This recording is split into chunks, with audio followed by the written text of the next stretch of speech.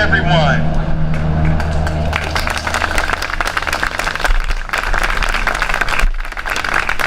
First and foremost, welcome to the city of Reading. Welcome to Riverside Elementary School.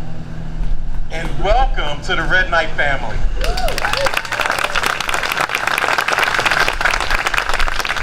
I am Dr. Khalid Mumin, Superintendent of Reading School District, and I am extremely humbled and grateful to be able to invite a special guest to the podium today, Pennsylvania's Auditor General, Eugene D. Pasquale.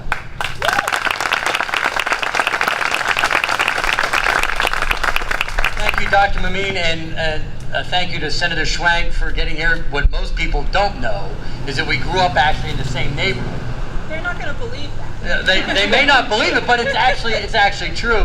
And I was a little thrown by the R with this because I know it's the Knights, but I thought it was like, why do you have Rutgers Scarlet Knight? And then I was like, oh. But don't worry, I'm going to turn it around real fast.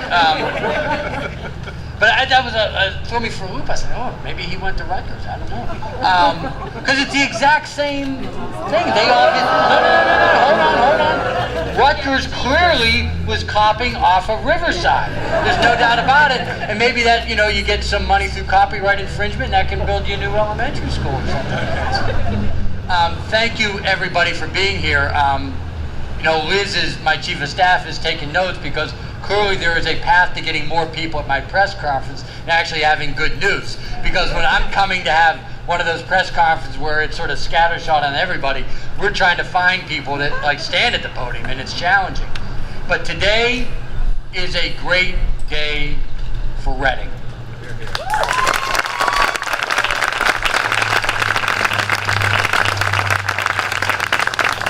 It was a little over 5 years ago, and I was starting my term as Auditor General when we completed our first audit of the Reading School District. It was actually one of my first press conferences as Auditor General, and I know that may seem like many moons ago when I had my first one. But it was, to say the least, scathing. The issues that the district were confronting, and we know that cities like Reading and school districts like Reading are always going to have challenges based on demographics and poverty. We know even when things are working well, it's always going to be a challenge.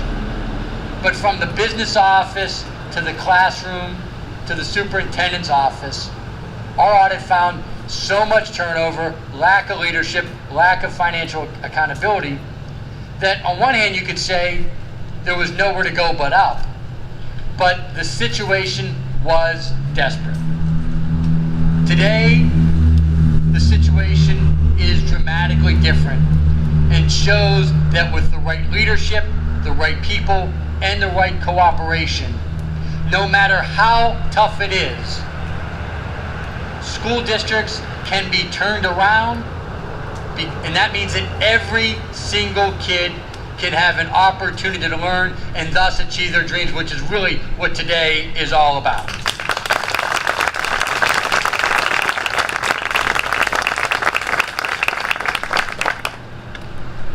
Part of how, and I want to be clear, and I don't want to take anything away from the superintendent, but I also want to point out the intermediate unit that came in during the transition that was critical in helping set the path here, because this is a team effort here.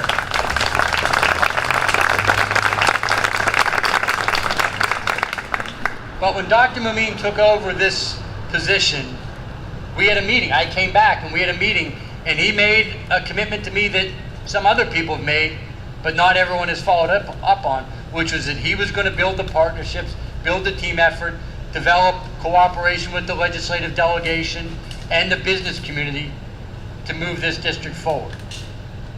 And I know this happened, and too many times this does not happen. One of the key partnerships he built was with the teachers. And I want to specifically thank the Reading Education Association and Dr. Mumin for building that partnership, because there's no way schools can succeed without their teachers. When it is an antagonistic atmosphere, it doesn't work. That is the opposite of what is happening here today. And so please give both of them a round of applause.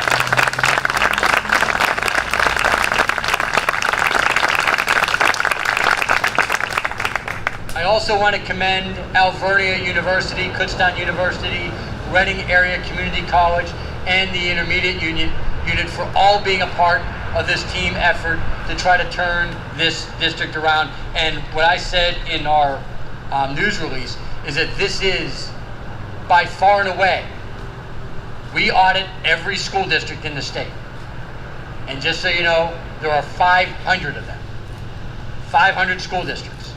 Now, one of them has no kids, and welcome to Pennsylvania, that we actually have a school district with no kids. So I still don't really understand how we audit that, but we do, and I shake my head, and Liz goes, well, we have to do it because it's the rules. This is, I want to be clear, mark this down for everybody, the best turnaround in the history of the Department of the Auditor.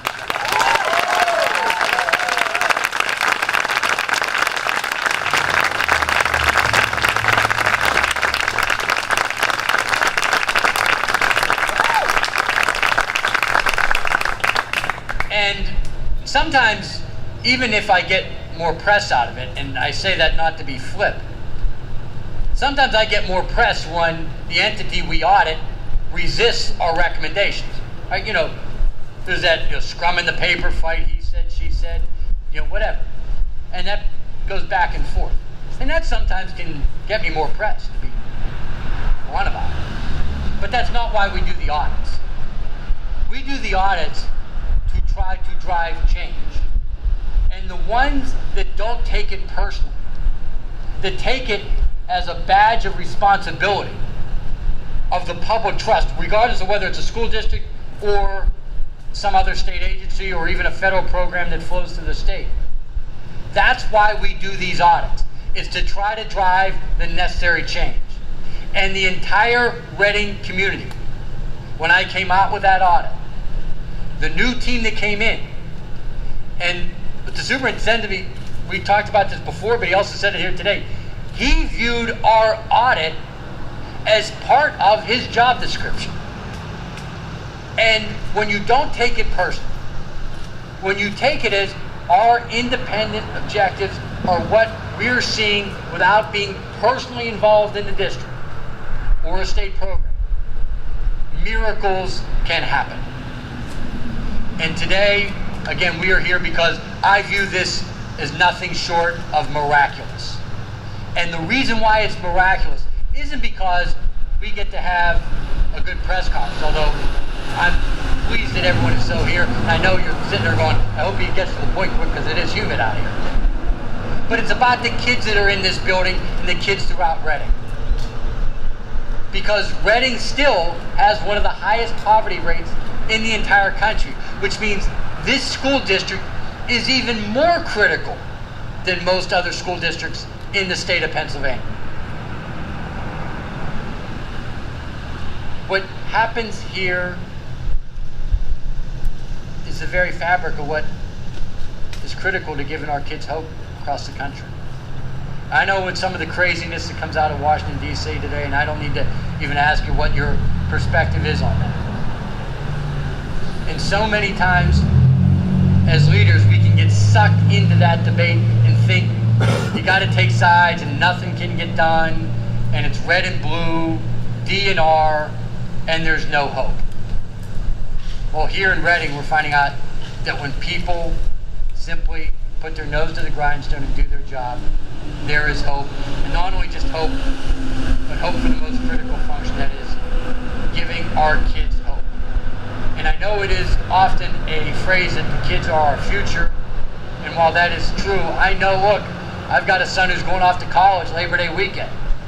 I just sent the check, by the way. That's usually an enlightening part of that process. But having every kid with the belief that they can achieve their dreams, whether it's doing something in a 4-year college or something else. The tools in Riverside and so many other elementary schools across Pennsylvania provide that critical step. And there's a couple of districts I want to point out specifically that need to see what is happening here. And the doctor and I are going to strategize on how we're going to get this message across. But Stowe Rocks, Aliquippa, Chester Upland, Steelton, Scranton, Duquesne school districts. are in every bit the position that Reading was in 2013, which means what the superintendent and his team have done in cooperation with the teachers needs to be a model for these same districts across Pennsylvania, so that this is not just impacting just Reading kids, but this is impacting kids from challenged districts all over Pennsylvania. When we accomplish that, that will be our true test. Not just here in Reading, but for myself and others, that we take this message all across Pennsylvania. Now, there is two final things before I want to invite Senator Schwank up to say a couple words and then turn it back over to the superintendent. And before I give the tour, there's two things. Number one, we're going to be giving this book to a student in there. And I'm very disturbed because you say, well, Eugene, you're a Star Wars fan. Why are you disturbed? It's a kid's book, and we've got to start preparing these kids for adulthood right away, which means it should have been the novelization of The Last Jedi. Because I know, they gotta start on this. Why did Luke go to that Jedi temple? They gotta start talking about this, right? Okay, I'm getting off in the nerd, right? Okay. When that nod, like, okay, I've gone too far there. But I really mean it. We could have a whole chat on just why Luke went to the Jedi temple, which they do not get in. But there is bilingual. There's the Star Wars language also in here, which is good. So it can help kids develop an intergalactic language. So that's certainly good. But I do appreciate my team going Star Wars and not Star Trek on the board. But the second thing, and really the more important thing, I know you're saying, are things more important than Star Wars? Yes, there are some things. Today, in my view, is not the end, but really is the beginning. Because the work never really ends.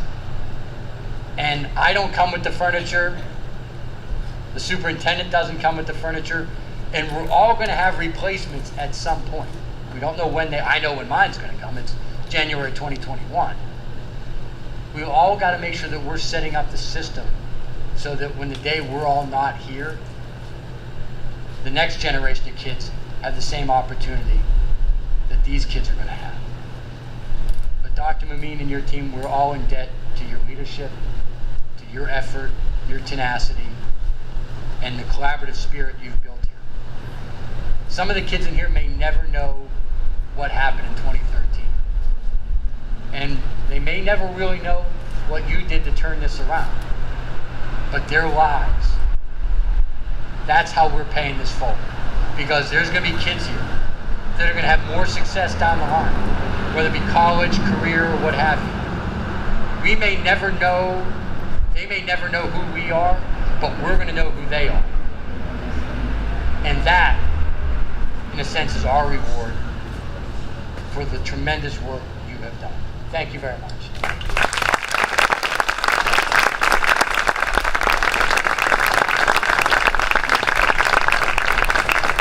Thank you, Auditor General.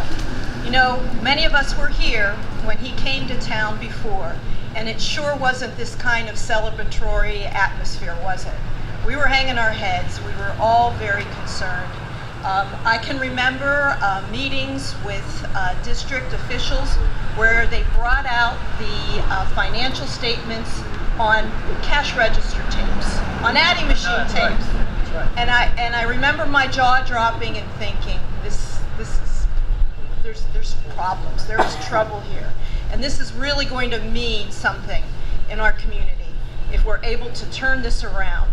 And a team was convened, a number of people, but I've got to give a lot of credit to our intermediate unit. Dr. John George was in charge then. Dr. Hackman, you were the assistant. Mr. Blessing, Carl Selmer, the Community Foundation. There were a lot of partners out there that pulled people together and said, we've got to make some change. That was the transition period when we were able to start getting our feet on the ground and beginning to be able to put together sound financial statements and understand where the money really was. That was part of the problem. But when Dr. Mumeen came in, and we need to thank the school board, we need to thank those individuals who said, we're going to hire good leadership. leadership. We're going to let them do their job, and we are going to move forward. We're going to let our teachers, our administrators, do the work that they do best, giving them the resources that they need to have. And we were able to do that because we were able to put our financial house in order. And you, Auditor General DePasquale, were a great trigger to making us move forward, and I greatly appreciate you coming back to pat us on the back. We feel good about this, and we're pleased, but we know we have more work to do, and we'll continue. I have a lot of faith in the people that are standing around me here today to be able to do the job that we need to continue to do. You know, we spend $34,000 per person to keep them in jail here in the Commonwealth of Pennsylvania. How much more would I rather spend that money on our students to make sure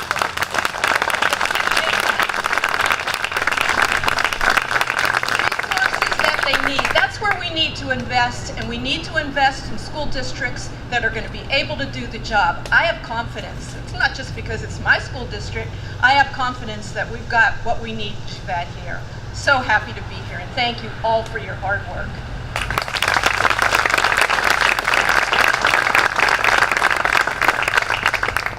One final thing before I turn it back over to the superintendent. We hear a lot of excuses from a lot of other districts why they can't achieve. This district is the end of excuse time for other districts. It can happen. Welcome back up to the first of the hour, Dr. Mumeen. Thank you.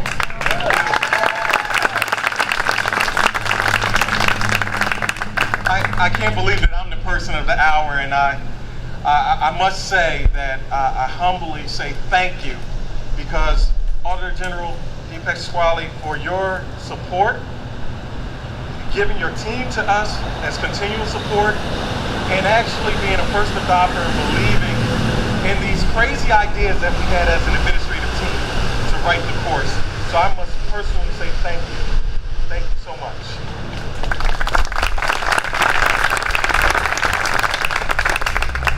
I have to personally thank my administrative team, who's standing up here with me, my CFO, Mr. Wayne Garris, and his team for their hard work, my assistant superintendent, Mr. Chris Selmer, and my assistant to the superintendent, Dr. Jennifer Murray, for putting up with my antics as we continue to push, and push. So please give it up for them.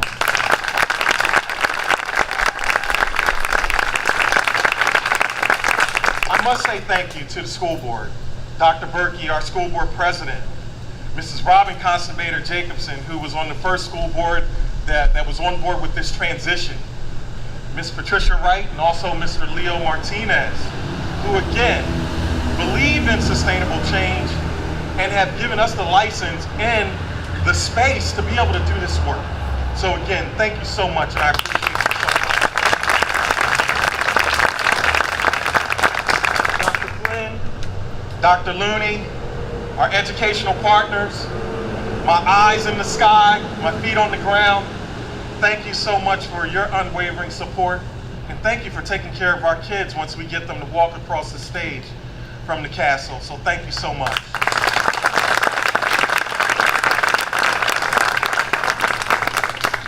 And most important, I have to thank my administrative team, because Auditor General DePasquale, these are people that really put the work in, working in collaboration with our teachers, our support staff, our cafeteria staff.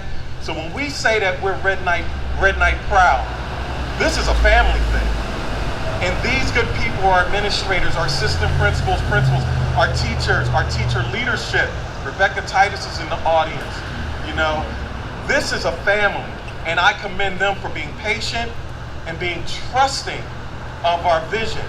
And thank you so much, because you deserve all of these accolades.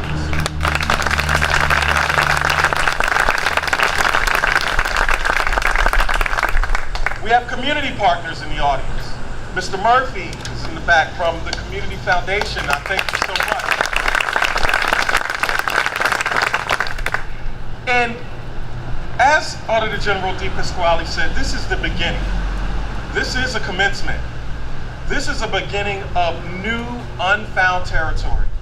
I'm very proud to stand before you as a superintendent and say, hey, I got the Red Knights behind me so that we can lead this charge and make sustainable change throughout the state. One of the things that I talk about a lot, and you hear me say this like a broken record, we have to work twice as hard to move our kids through this educational system. Educating in an urban society is tough, but it's no pity party for us. My family, my team, my Red Knights, we embrace the challenge, step up to the plate, and we go forward fast. With that said, all of our community partners, along with Auditor General DePasquale, I want to officially anoint him into the Red Knight family. I see in my vision.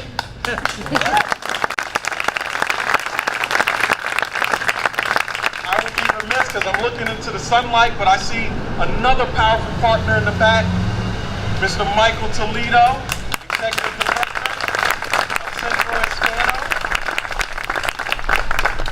And all of these partners have put all 10 fingers in the mix and said, let's do this together. So as I welcome Auditor General DePasquale to the Red Knight family, let's get him out of here and into the classrooms with a roaring Red Knight welcome. Because when I say once a Red Knight, you say? Always a Red Knight. Once a Red Knight? Always a Red Knight. Once a Red